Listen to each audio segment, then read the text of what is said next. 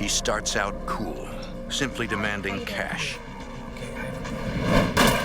But then, fiery violence. He's fast, tough, and well protected.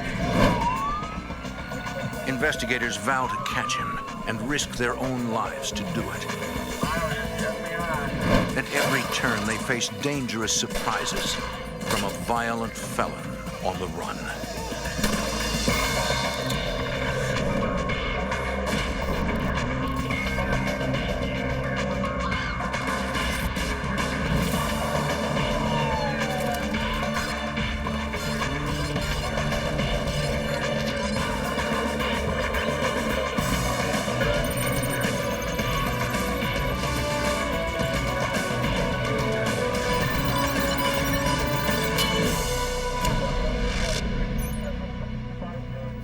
In the Southwest, one serial bank robber claimed his loot went to the poor. But this thief was no folk hero. He had a gun and was willing to shoot. I'm Jim Kallstrom, former head of the FBI's New York office. The gunman was desperate to stay free, a threat to anyone in his way.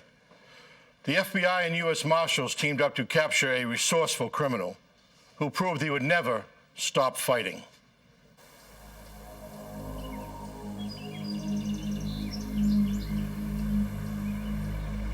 Albuquerque, New Mexico. On December 29, 1998, in the city's northeast section. For the employees and customers of a local bank, the day started much like any other. What they did not know was that a man who had already robbed one bank earlier that morning was about to make another withdrawal. Have a good day. You too. Sir, I can help you over here. Sir? When the robber approaches the teller, he asks her to give him money from the cash drawer. Okay, I have a gun, and this is a robbery. Trained to always comply with a robber's request and avoid any dangerous confrontation, the teller gives the man what he asks for, and more. She slips the man a bundle of cash containing an exploding dye pack. I have this gun, and I will use it, sir. The robber slips out as quietly as he entered. Albuquerque 911, where is your emergency? This is a bank robbery? The alarm goes out to local police. And because bank robbery is a federal offense, the FBI. Special Agents Scott Campbell and John Tanberg respond from the FBI's Albuquerque resident agency. It begins as a routine call for Special Agent Tanberg. Albuquerque has had per capita more than its share of bank robberies. In the late 90s, we were in the neighborhood of 90 to 100 bank robberies per year. What do you look at specifically? Yet this case will be anything but routine. Agents learn the bandit was strangely calm. Most of the people in the bank had no idea that it had even been robbed. There was no commotion, there was no what they would think and had seen previously on TV of bank robberies with shots fired or people yelling. The tellers remember nothing distinctive about him. Well, the physical description that we received was of a white male, possibly Hispanic, dark hair, average build, wearing sunglasses, fairly neat haircut, wearing a ball cap, and not very distinctive clothing. Despite a thorough examination, technicians recover no usable prints from the teller counter or doors. Appreciate that. They find no other physical evidence. We tried anyway. Investigators suspect an electronic witness may have observed the robber. The primary security countermeasure that a bank will have would be surveillance cameras. Sometimes they're high quality, sometimes they're not. In this case, the cameras were not of much help. You know, he comes up. And you didn't even see the backside. They show the robber, but the quality is not good. We didn't retrieve any significant information from the surveillance tapes of either of those two bank robberies. They weren't particularly good images. We didn't get a good angle. of the face. I believe that there may have been a good shot of the top of his ball cap, but nothing that gave us any significant facial features. The robbers simply walked into 2 banks in one day, took their cash and walked out. He left no prints, no evidence, and beat the bank's surveillance systems. He left the FBI nothing that would help them identify him. There wasn't a whole lot of information that we had to work with. We didn't believe that this was somebody that had hit any of the Albuquerque area banks in the past. We were not in a position to connect him to anything that had occurred prior to this. So in our minds, this could potentially be a traveler. Take your statements, I'm gonna call this in. Agents spread out across the area and talk with everyone who lived near the bank. They are looking for anyone who may have seen the robber.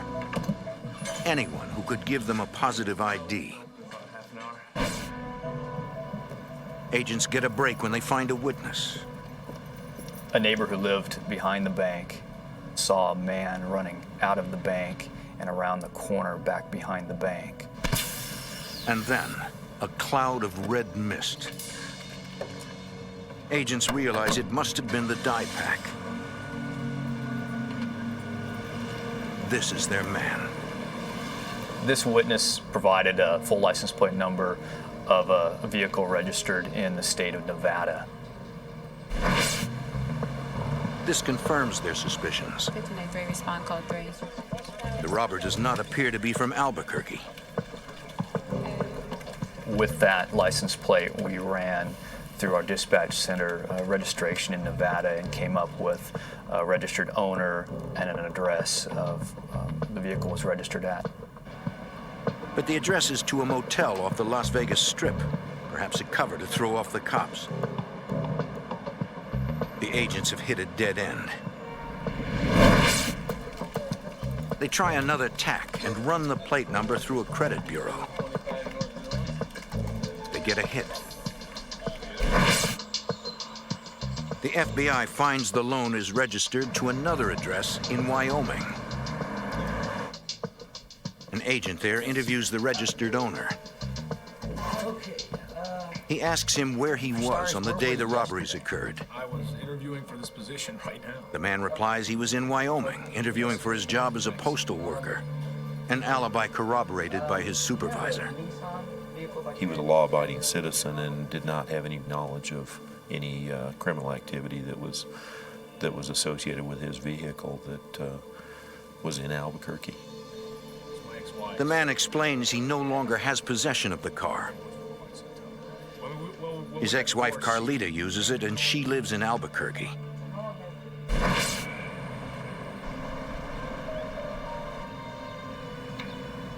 We eventually tracked down the ex-wife of the vehicle's owner. We made contact with her and spoke to her about her vehicle, where it had been, who had control of it, who has other keys to it, and where it was the previous day during the time frame of the bank robberies. Carlita says that on the day of the robbery, she was at work. She explains she has a big family in the area and many people borrow her car. She did not know who had her car the previous day and that it should have been parked in its parking spot near her apartment. She did, however, tell us that the vehicle was a little lower on gas than what she had left it at. Carlita gives her consent for a search. Remembering from the previous day that the dye pack had exploded, we thought perhaps there would be evidence of the red dye inside the vehicle. However, we did not find any. It's possible that the witness got the license plate number wrong. Possible, but not likely. I had reservations with what she had told us, simply because it was too coincidental that this vehicle that was seen as the getaway vehicle at the robbery the previous day and registered in the state of Nevada was actually located in Albuquerque. No hard evidence links Carlita to the robberies, but something about this seems suspicious. Thank you so much. Agents suspect there is some connection. Although she did not remain a suspect, she remained a person that we wanted to stay in contact with and a person of interest in these investigations. Police and the FBI have exhausted their leads. The robberies go unsolved. And then, several months later, the mysterious bandit strikes again. He hits a series of banks in a very short period of time. His MO remains the same. He gets in, gets the cash, and gets out. And never leaves any evidence behind. Beginning in around the middle of March of 1999 and continuing up through the end of May of 99, approximately 6 banks were robbed. From the evidence that we had obtained in the form of video surveillance, descriptions by the witnesses and the bank tellers, and just general demeanor, we came to the conclusion that we had a serial bank robber working in Albuquerque. Local police and the FBI must identify the lone bandit and stop him before someone gets hurt.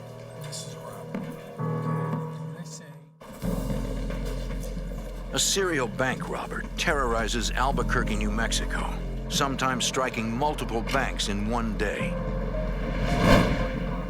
Local police and the FBI work together to identify him and stop his rampage.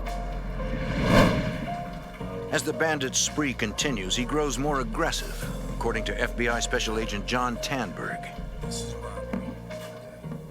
He began to take more money by going behind the teller counters and causing the tellers to take money out of several teller drawers. The robber becomes more unpredictable and violent. Agents begin to fear that the longer he continues robbing banks, the more likely someone is going to get hurt, or worse. There were occasions when it appeared that the offender may be utilizing narcotics, because there were occasions when he was quite physical with people that seemed very inappropriate. It appeared that the offender was becoming more and more desperate in that regard. He's now much more willing to use his gun.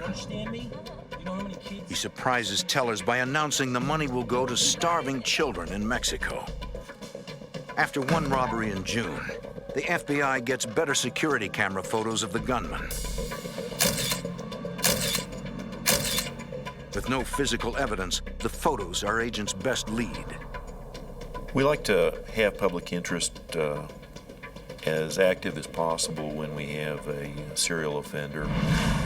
We'll get the media to cooperate and to place the information into the newspaper columns, television. People will very often respond to Crime Stoppers and call in tips. Because the robber tends to hit in sprees, and all the robberies took place in the northeast quadrant of Albuquerque, the agents stake out banks in the area. They hope they can set a trap, and the robber will walk into it.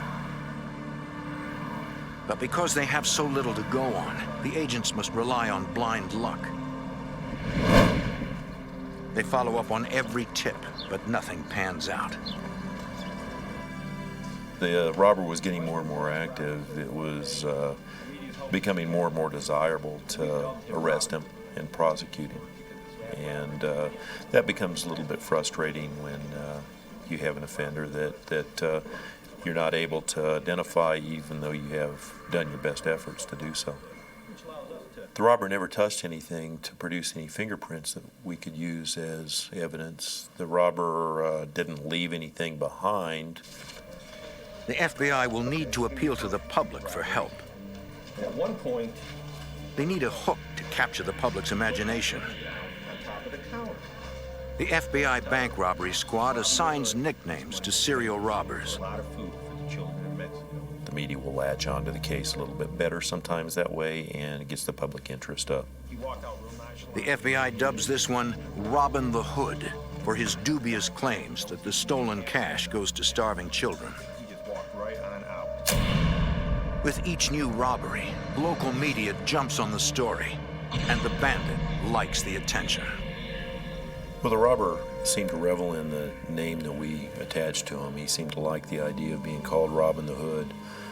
There were occasions when he walked in and walked up to the victim teller and said, "Hey, you know who I am. I'm Robin the Hood." Despite the name, agents doubt the thief is giving his money away. They suspect that, like most bank robbers, he uses the cash to finance a drug habit or other criminal activities. Whoever he is, he's good, leaving no clues behind. Agents keep watching and waiting for him to strike again. It seems they are at the mercy of the bank robber. After 14 robberies, the only possible lead to Robin the Hood is Carlita's car. FBI Special Agent Scott Campbell keeps talking with her. I spoke to her on the phone probably 5 or 6 times throughout the 8 months because in the back of my mind I knew that she had something to do with the robberies, or she can provide some information or evidence that would lead us to the robber.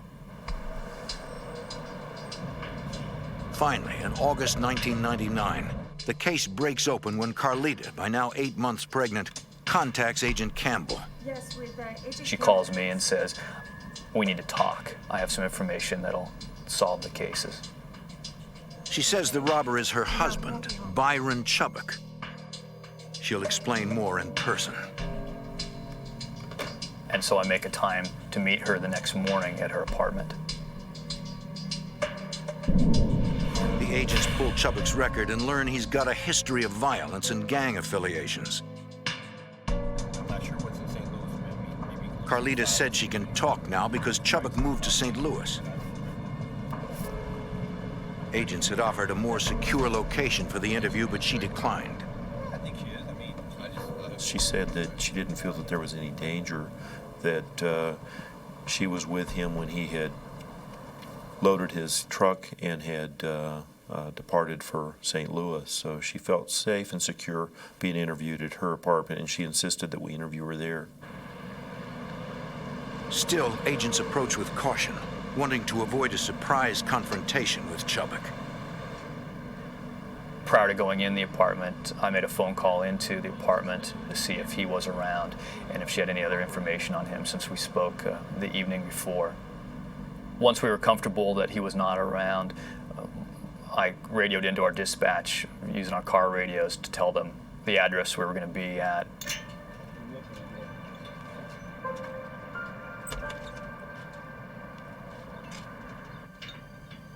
As we entered the apartment, Agent Tamberg and I just made a quick cursory look around to ensure that no one else was there. Carlita positively identifies the man in the bank photos as Byron Chubbuck. She confirms he's a member of Albuquerque's notorious Brewtown gang and says lately he's been growing more violent. I fear for my life. And she told us that the reason why she was coming forward at this time is that she was scared for her life and that of her unborn Things are son. getting way out of hand. Carlita pleads with him to arrest Chubbuck quickly. Out of my life. I want him out of here. He had threatened her and other family members that even if he wasn't around, if they ever talked to law enforcement, that his gang would kill them and other members of their family, or else create great harm to their family.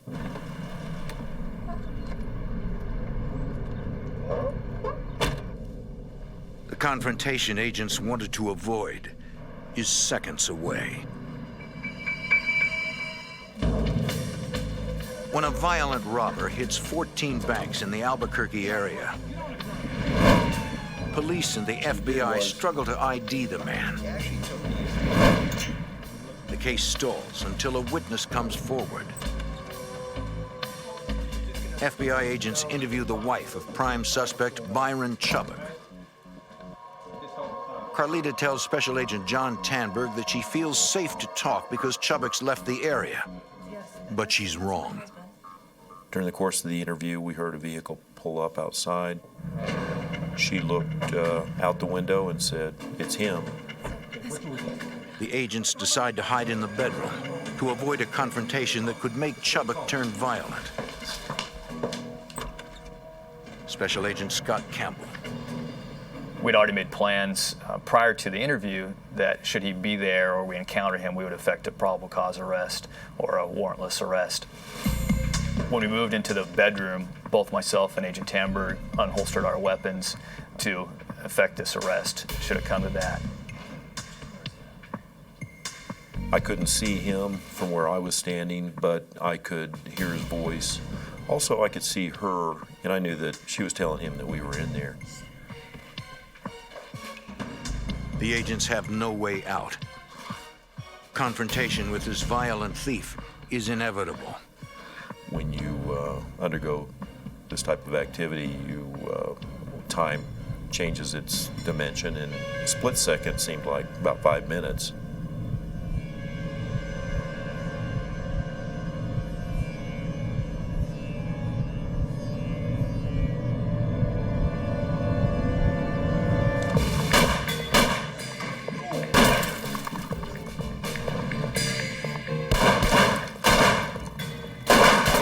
Fired 2 rounds through the common wall back at Chubbuck, or at least where I thought he was. He paused in his shooting for a period of time, and I had become aware that possibly a half dozen rounds had gone off, and it appeared that he was reloading, and I was prepared in a position to shoot him if he did come into the room. A figure appears. Thinking that was Chubbuck, I began to pull the trigger.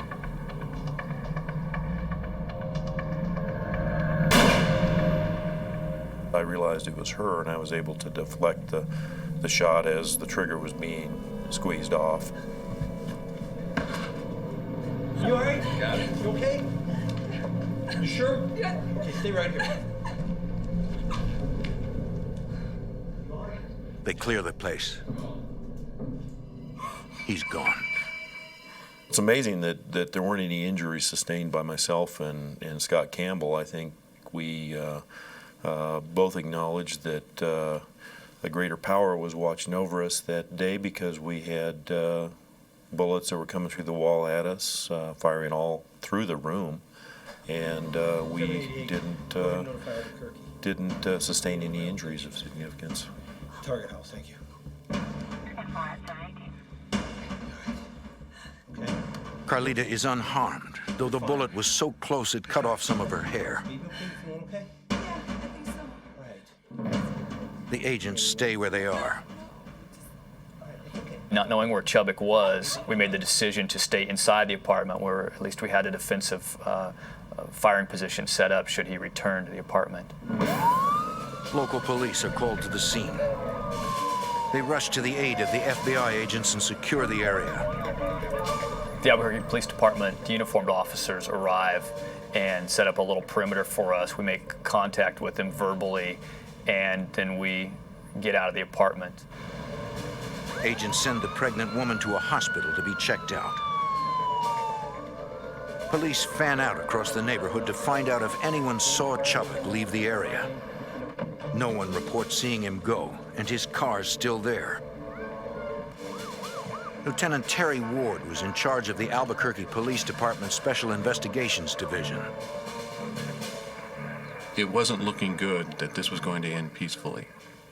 Given his past, his willingness to fight with police officers, the fact that he had just engaged in a gunfight with armed Bureau investigators gave us an indication that this might be his, a last stand. Then an officer spots Chubbuck at the window of another apartment in the same building. And a standoff begins. Chubbuck is 2 apartments down from Carlita's, completely surrounded, but not ready to give up.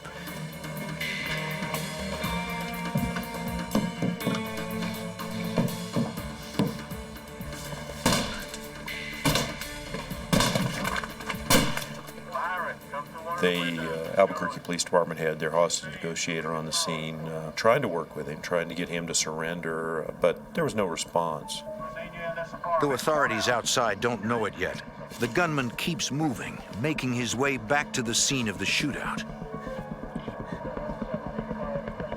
Byron, it's the FBI. For 3 tense hours, there's no response from Chubbuck. But then Chubbuck makes a break from Carlita's apartment. Took him down with a beanbag round from a shotgun. That's a round that's not a lethal form, but it will stun a person. Amazingly, throughout the entire ordeal, no one is injured.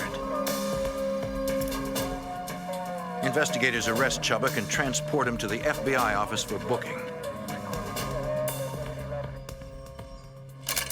Byron Chubbuck pleads guilty to 14 counts of bank robbery, plus assault on federal agents, and is sentenced to 40 years in prison. Agents recover only a few dollars of the cash he stole. We never believed that the money was being used to feed starving children. In particular, in retrospect, after getting to know Byron Chubbuck, the last thing he would do would be to feed starving children. His main interest was to feed his narcotics habit. But Chubbuck doesn't plan to spend the next 40 years in jail.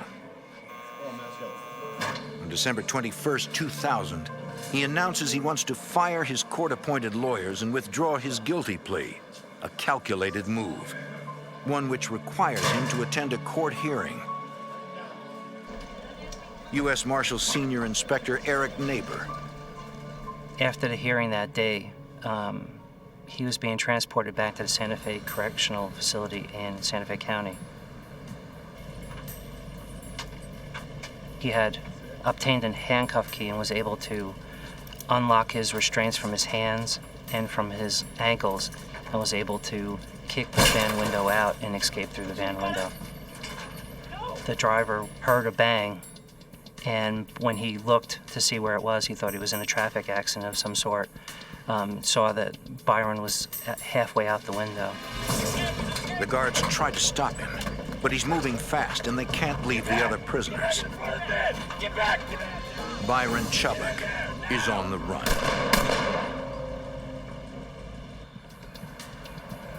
On December 21st, 2000, convicted bank robber Byron Chubbuck escapes in Albuquerque, New Mexico. U.S. Marshal Senior Inspector Eric Neighbor. Get back! There were shots fired at Byron Chubbuck after he escaped by the correctional officers, but we don't believe that he was struck by any of those rounds. Albuquerque police helped coordinate a massive manhunt.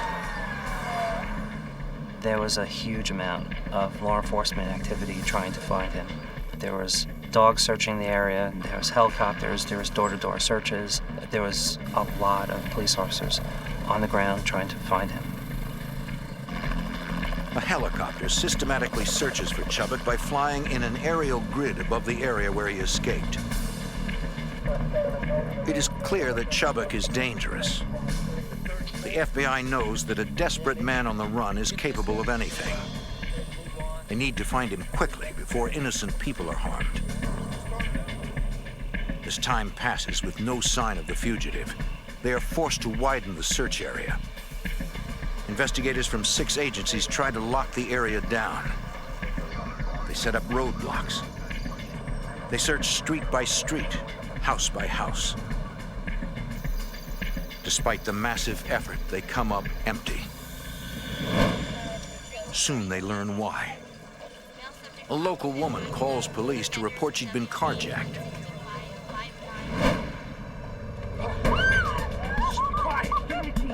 She says an hour earlier, a man fitting Chubbuck's description forced her into her car. He ordered her to drive him to the outskirts of town, where he released her unharmed. She's able to tell us where she dropped him off and what time, and gives a description of what he was wearing at that time. Investigators focus the search there, but find nothing, and call off the manhunt at 9 p.m. By now it's been hours. He could be hundreds of miles away. We were not able to locate where he was at that night, and we shifted gears a little bit to go from a manhunt to more of an investigation to try and locate where he might be, with interviews of family members and gang members and things like that. Chubbuck could not have disappeared without help. Investigators pressure every known associate of the fugitive, yet all they get is resistance. Look, I just told you, I don't know. Look, hey, get on the car. The infamous Brewtown gang will not give up one of their own. Because of Chubbuck's desperate, violent actions, the U.S. Marshal Service places him on their 15 most wanted list. After Chubbuck escaped, he was highly motivated to keep himself from being captured again. I believe that he would use any means at his disposal to keep himself from being put back into jail, which made him a dangerous person. For days, the FBI watches places where the gang is known to hang out. They are looking for any suspicious activity. And they continue talking to people on the street. The FBI also monitors any recent bank robberies to see if Chubbuck has struck again. But the robber is strangely silent. For more than a week, there's no sign of the fugitive. Law enforcement knows Chubbuck has a heavy drug habit. Soon he'll need cash for more methamphetamines, a drug that makes the user feel powerful, paranoid, and super aggressive. To get the money, authorities believe he will begin robbing banks again, which will aid the effort to locate and apprehend the fugitive. While under the influence of the drug, there's no telling what he'll do next. We felt that he was the highest priority to get back into custody. But some investigators suspect Chubbuck is no longer in the country. Albuquerque Police Department Lieutenant Terry Ward. He had connections in Mexico. He could have easily fled to Mexico and hidden there. I didn't really think he would stay in the metropolitan area because his name and face was very familiar to everybody. Put the money in the bag! On January 16th, 2001, a year and 5 months since his last heist, Chubbuck bursts back onto the scene in his old neighborhood. He robs a stunning 6 Albuquerque banks in a single day. A week later, he robs 3 more over 2 days. Come on, come on, come on! Special Agent John Tanberg has chased him from the beginning. Chubbuck was a very, very brazen robber. He robbed banks that had been previously robbed by him. He didn't seem to care that the bank employees knew him already. Each time, he brags to his victims that he's robbing the hood. Robbing the hood, baby! Robbing the hood! And each time, the police and FBI find no evidence. Nothing that could lead them to their elusive bank robber. He became more and more successful in his robberies, and he was more and more in the position to taunt law enforcement. We didn't receive significant physical evidence during the course of these robberies, and they occurred very often. With each new heist, the fugitive's legend grows. The investigation trying to apprehend Byron Chubbuck was the biggest case in Albuquerque in recent time. He was featured almost every night on the local news with pictures and photographs and Crime Stoppers telephone numbers and things like that to try and help apprehend him. And we got a lot of phone calls about his whereabouts or possible whereabouts. Although agents chase every lead, Chubbuck remains elusive. The FBI suspects members of his Brewtown gang are protecting him. A dangerous band of hardened criminals, the gang has the network to hide a fugitive and the means to fight back. Albuquerque investigators are hunting for Byron Chubbuck, a violent bank robber on the run after a brazen escape from jail. He's being chased by multiple agencies, according to U.S. Marshal Senior Inspector Eric Neighbor. The Albuquerque Police Department, the FBI, and the United States Marshal Service entered into a task force to aid each other in apprehending Byron Chubbuck. We pooled our resources together so there wouldn't be 3 different departments searching for the same person. Despite a massive manhunt, Chubbuck is continuing to rob banks in Albuquerque. Albuquerque Police Department Lieutenant Terry Ward. He was robbing banks and getting away with it. So as long as he kept getting away with it, he would keep doing it. And that was one of the reasons we got together with the other agencies, in that he had to be stopped. He wasn't going to stop on his own. He wasn't going to leave. So he was still creating a problem for us. Securing warrants, investigators tapped the phones of several of Chubbuck's associates. Intercepted conversations suggest the fugitive has fled across the border to Mexico. The FBI alerts the Border Patrol and contacts the Mexican Federal Police, asking them to watch for Chubbuck. Then agents intercept calls that indicate Chubbuck is back in Albuquerque. But the conversations are vague, with no direct reference to where he's hiding.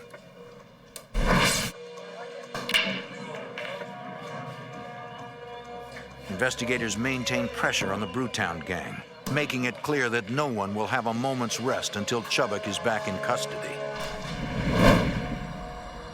It works. Early in the morning on February 5th, 2001, someone drops off a letter at a local radio station.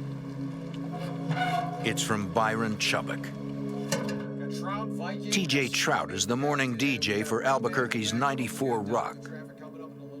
It was intense. I mean, there were a lot of emotions going on when we get this. It's like, holy shit, look at this. This is from Byron Chubbuck.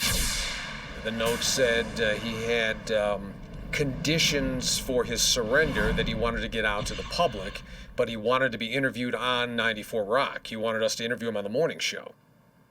He wanted to implicate some law enforcement individuals who he thought treated him badly and tried to kill him. And he wanted all this out, and if all this was out, he would peacefully surrender. We didn't know if it was from him. We didn't know if it was just from a prankster. We didn't know. And right after I got the note, I went on the air with the note, and I said, look, we just received a note from somebody, and if you are who we think you are, you have to call me back at this certain number, and I'm going to ask you a few questions.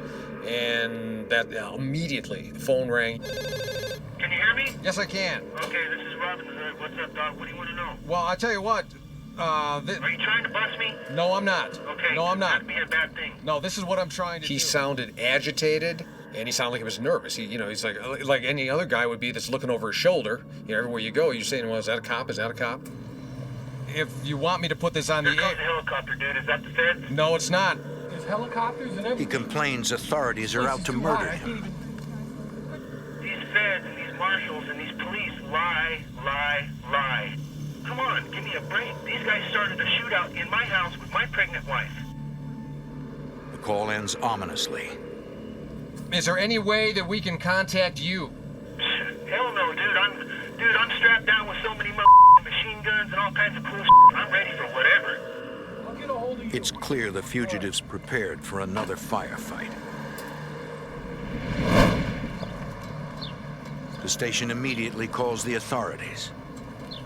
I believe Chubbuck contacted the radio station to bolster his ego a little bit. I think he had a need to be in the public eye with the publicity that was surrounding his escape. Anytime they do things to gain attention, it helps the police department. If they crawl underground and we never hear nor see of them again, it makes it much more difficult to catch them. But if they're doing things like robbing banks, seeking publicity, it gives us tabs that we can start from to keep looking for them. Also, Scott Campbell. The fugitive's ego might be his undoing, as agents now have a solid lead and physical evidence. 1999. This just came from the lab, and they just said. Lab technicians find Chubbuck's fingerprint on the letter, confirming it's authentic. Investigators review the security footage from the radio station. We could tell, first of all, the person who delivered the letter was not Byron Chubbuck. We knew what he looked like, and this wasn't that individual. But we did have a good, clear picture of the individual that delivered it. And this eventually proved the straw that broke the camel's back. One police detective recognizes the man as a sometime member of the Brewtown gang. His name is Ronald Baker. Our mindset was that we would follow this individual without his knowledge, and he would lead us to Byron Chubbuck. The Albuquerque gang squad sets up surveillance on Baker's mobile home. At one point, they see a man who resembles Chubbuck, but it's too dark for a positive ID. Somehow, they have to get inside that trailer. On the trail of fugitive Byron Chubbuck, Albuquerque authorities surveil a mobile home they think he's hiding in. At the same time, agents learn one of Chubbuck's gang associates has been arrested on state carjacking charges. It's a good deal if you agree to wear a wire. They use tougher federal sentencing rules to pressure him to cooperate, according to Special Agent John Tanberg. We decided that it would be a simple matter to charge him federally so that there would be a penalty of significance that could be utilized as a means by which he would be persuaded to work for us. The man doesn't want to do it, worried about gang retribution. But with no parole in the federal system, the man is looking at years of prison time. Investigators offer to revert to state charges, which would make him eligible for parole if he cooperates. In the end, his fear of prison prevails, and he agrees to turn informant. The plan is to wire the informant with a recording device and send him into the trailer to see if Chubbuck's there. Go in there, sit down, and think about the wire. We'll give you time to get comfortable with it, but these guys, they're gonna do a test on that. Just relax, get comfortable with that wire. Let's just go. It's a dangerous assignment. If the gang realizes he's cooperating, they'll likely kill him on the spot.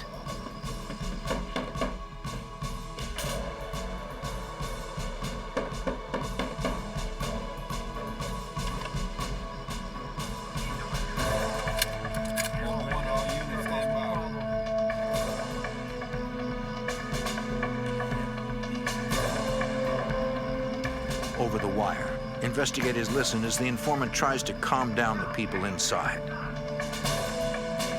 It's tense. Something's definitely going on. The informant asks about Chubbuck, but the men say he's not there. Nobody back there. When the tension grows, it's too much. It's time for the informant to get out.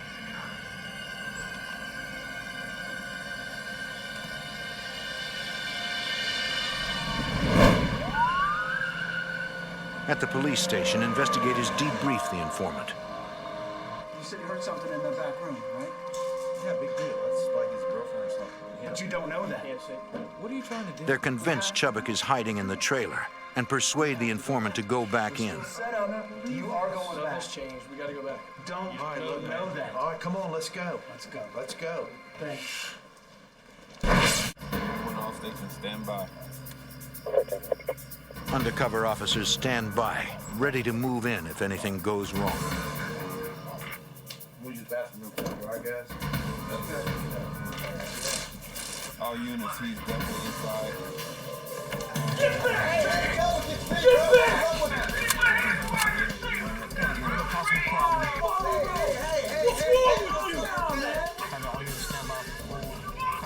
He's okay, man. He's all right. Eventually, everyone calms down and no one gets hurt. Sorry, man. I need a place to stay, man. Can I crash on the couch? Yeah, man. Sorry, man. Sorry. Look, man, I'm gonna tell my buds. I'll be right back, all right? Man, I hope you're all right, man. I'm sorry about that. I'm just gonna go. I'm gonna tell my buds, man. I'll be right back, all right, man? Senior Inspector Eric Neighbor. He exited the mobile home and informed police that Byron Chubbuck was indeed inside that mobile home. Albuquerque Police Department Lieutenant Terry Ward. The informant told us that Chubbuck was very paranoid and very jumpy. Most career criminals are paranoid. They trust very few people. They're constantly looking behind their backs. They keep very low profiles. They move quite often. So they are paranoid, and sometimes it can even be a drug-induced paranoia.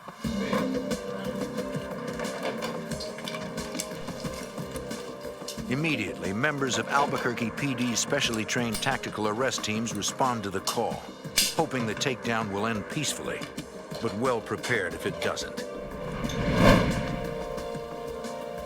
Members of Albuquerque's gang unit and repeat offenders program move in stealthily.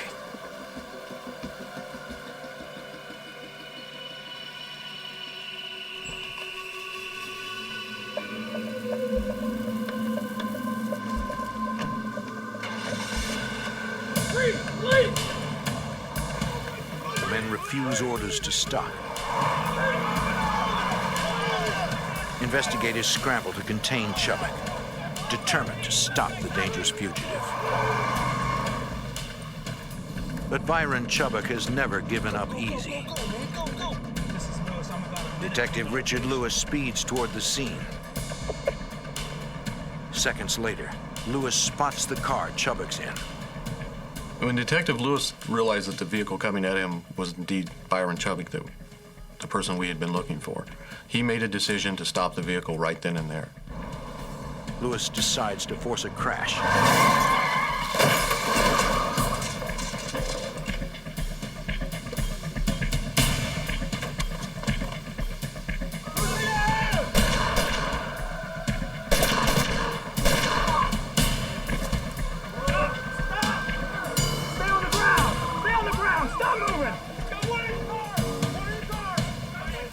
The other officers approach and find Chubbuck lying motionless, a Tech-9 semi-automatic handgun beside him.